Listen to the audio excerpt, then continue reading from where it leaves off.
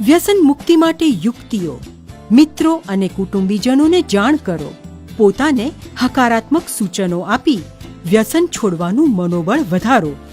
ઘર, ગાડી કે ઓફિસમાં રખાયેલ સિગરેટ, તમાકુને દૂર કરી દો. તલપ લાગે ત્યારે બીજી મનગમતી પ્રવૃત્તિઓમાં સક્રિય બનો. તમાકુના વિકલ્પ રૂપે પીપરમિન્ટ, લવિંગ, તજ, આમળા કે તમને ગમતી ચીજો મોંમાં મમણાવો. જરૂર લાગે તો તમાકુ છોડવા માટે કાઉન્સેલિંગ કરો અને સલાહ મુજબ દવાઓ લો.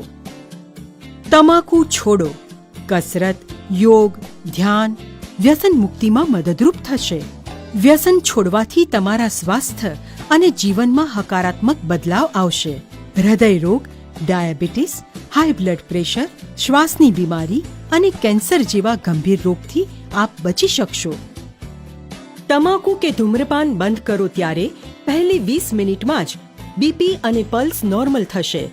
8 કલાકમાં લોહીમાં ઓક્સિજનનું પ્રમાણ નોર્મલ થાય. 24 થી 48 કલાકમાં હૃદયની ધમનીઓ ખુલે.